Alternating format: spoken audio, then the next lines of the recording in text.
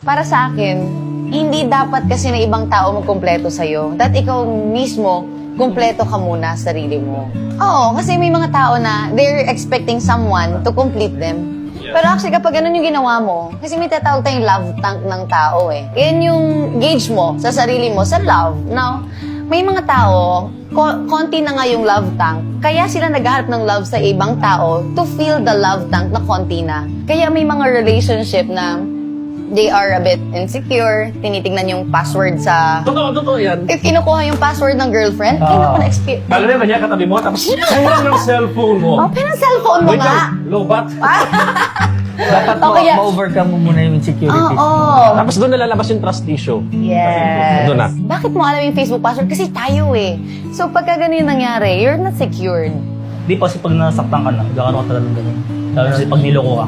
Kaya nga, ang gawin mo, you have to be grateful for what happened. And always remember na kung hindi nag-work out ngayon, hindi naman ganun mangyayari in the next, coming girlfriends. Kasi you'll be a prisoner of your past. You'll think so much na, ito nangyari sa akin before. So, hindi mo ma-cherish yung present. Kasi sometimes, wala namang ginagawa yung present, napaparanoid ka pa.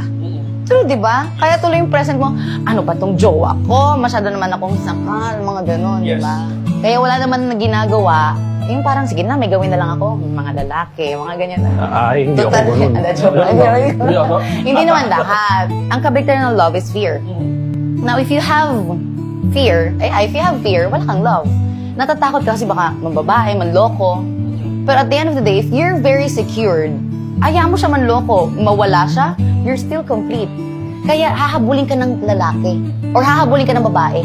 Yes. Yeah. Kasi mawala ka. Alam mo, sasabi ko sa partner ko, mawala ka, talo ka.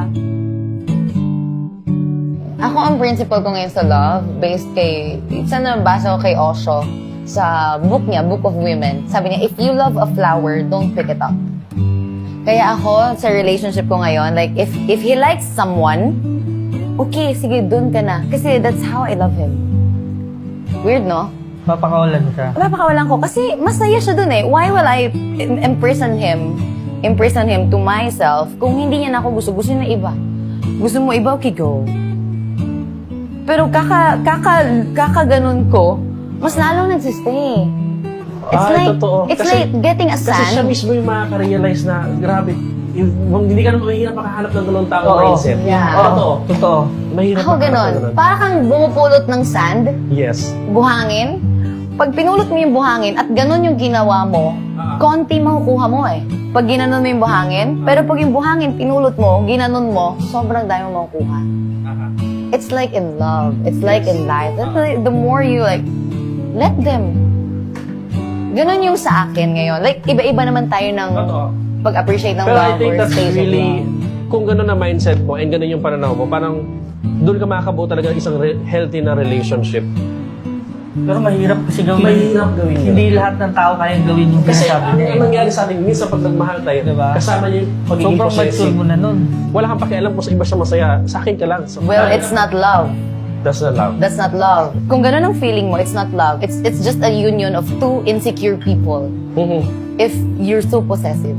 It's just owning. It's like Eh, paano kung possession. pinakawalan mo siya tapos bumalik pa rin siya sa'yo? Ibig sabihin, love niya, kaya let him. Oh.